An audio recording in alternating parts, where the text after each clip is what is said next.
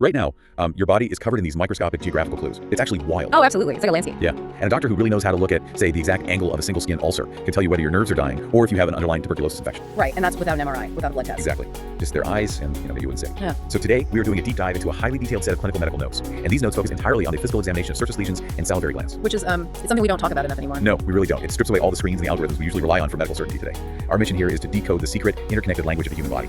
We're looking at how doctors act as medical detectives, using this almost forgotten art of clinical physical exam to read physical symptoms like a map. Yeah, in a world of high-tech medicine, it really is a forgotten art. Okay, let's unpack this because it completely changes how you view your own physical anatomy. It really does. I mean, these notes represent a return to foundational medicine. Before we could, peer inside the body with magnets and radiation, physicians had to rely entirely on their senses. They just had their eyes and hands. Right. They understood that a disease doesn't just randomly alter the body. Every bump, every microscopic edge of a wound, every subtle swelling, it's a direct physical manifestation of how that specific disease behaves. So the underlying pathology literally dictates the physical presentation. Exactly. The notes start by applying that logic to something very common, right? An ulcer. Yeah, and they insist that before a doctor even touches a patient, the visual story of the lesion immediately gives away the culprit. But to read that story, you have to understand the specific terminology the notes lay out. They draw these incredibly strict boundaries between the margin, the edge, the floor, and the base of an ulcer. Essentially microgeology, right? Like studying a tiny landscape. That's a great way to put it. So the floor is the exposed surface you're looking down at. The margin is the boundary line between the normal, healthy skin and the ulcer itself. Okay, got it. Floor and margin. And then the base is the anatomical foundation the whole thing rests on underneath. And there's this great guiding clinical maxim from the text. You see the floor and feel the base. You see the floor and feel the base. Yeah. I love that. But the absolute star of the visual show here is the edge, right? The three-dimensional shape of that drop off through the floor and the normal skin. Oh yeah, the edge tells you everything. The notes actually list 5 specific types of ulcer edges, and each one tells a distinct story of tissue erosion. It's like studying geological formations. For instance, you have a sloping edge. Right, which indicates healing. Yeah.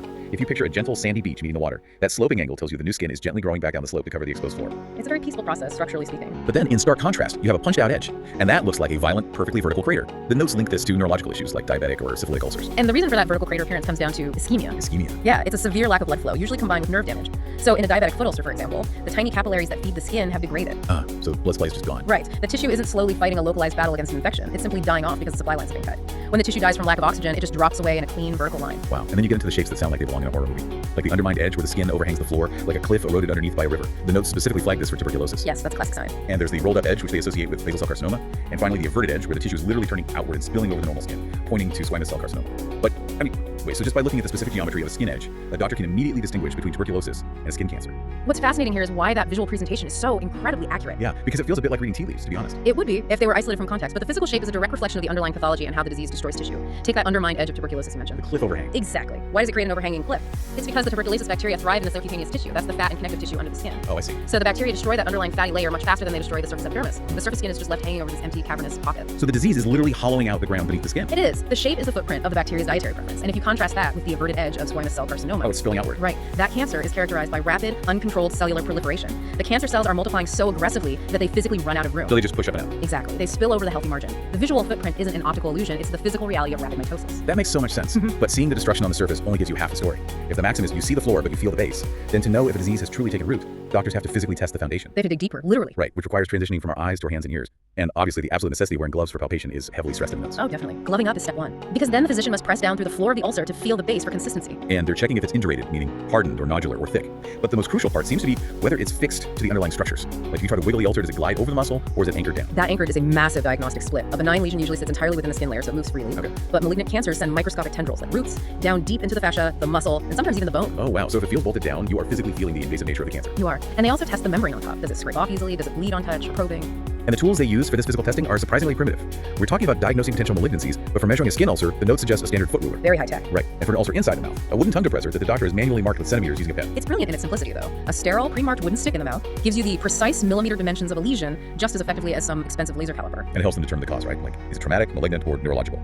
Under traumatic, they list highly mechanical issues like ill-fitting dentures or jagged teeth. Yeah, a single sharp tooth constantly scraping the inside of your cheek can create a deep, nasty ulcer that mimics a squamous cell carcinoma perfectly. That's terrifying. But okay, here's where it gets really interesting. After using their eyes, their gloved hands, and a wooden stick, the notes instruct the doctor to pull out a stethoscope. Yes, for auscultation. Listening to an ulcer. I thought stethoscopes were strictly for hearts and lungs. Yeah. What exactly are they hearing when they press it against the skin wound? They are listening for a machinery murmur. A machinery murmur. Yeah, it sounds like a continuous roaring hum. Right. What they are checking for is an arteriovenous malformation or an AV malformation. Which is like an abnormal tangle of blood vessel, right? Exactly. Normally, your high-pressure arteries branch out into this massive network of tiny microscopic capillaries before the blood flows into your low-pressure veins. Those capillaries act as a crucial pressure buffer. They slow the blood down. Right. But in an AV malformation, the arteries connect directly to the veins, completely bypassing the capillary buffer. So high-pressure arterial blood blasts straight into the vein. With no speed limit. That violent transition creates incredibly turbulent blood flow. And when you place a stethoscope over it, the vibration of that fluid dynamics translates into a loud, continuous, machine-like roar. That is wild. So if you hear that machinery hum, you immediately know you're dealing with a volatile vascular knot, not a cancer. But the notes include a massive warning here. They explicitly mandate that this stethoscope technique must never be done on mucosal ulcers. Never. It's a huge red flag. Why? Why is listening to a skin ulcer fine, but listening to one inside the mouth strictly forbidden? Well, knowing exactly when to use a tool is important, but knowing when not to use it saves lives. It comes down to tissue integrity.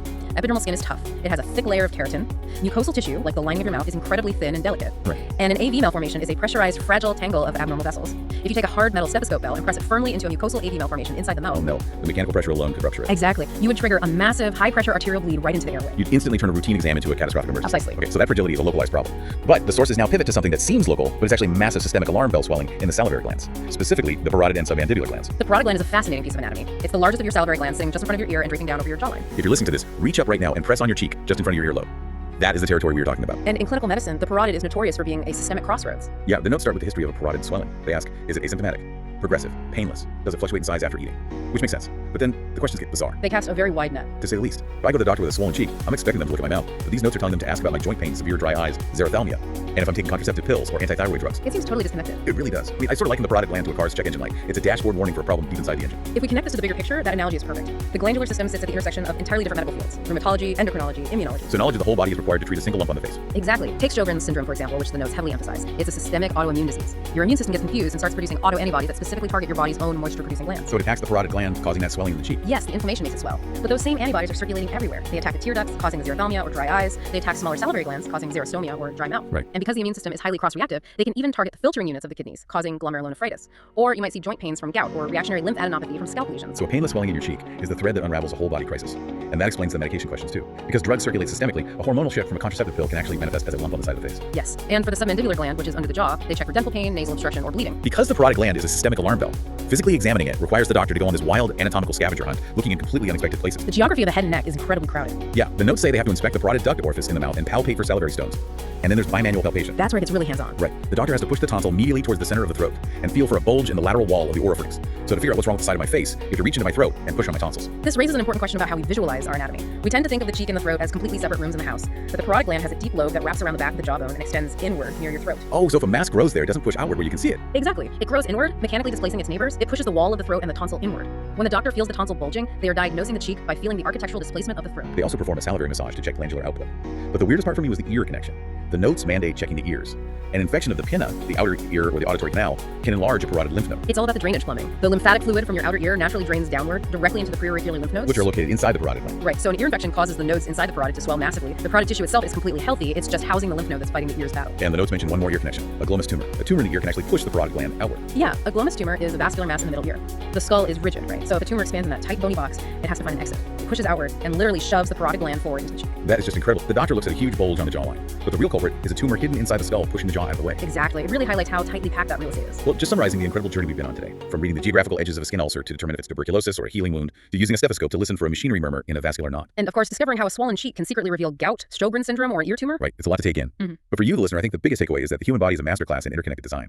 Nothing happens in a vacuum. Yeah, everything's wired together. A jagged tooth, dry eyes, or a painless swelling, they are all parts of a complex internal communication system. So what does this all mean? I think these clinical notes show us how much vital information is hiding in plain sight right on our own bodies. And it leaves you with a thought. If our bodies are constantly broadcasting these physical clues, what subtle, invisible signals is your body sending right now that a trained detective could read like an open book?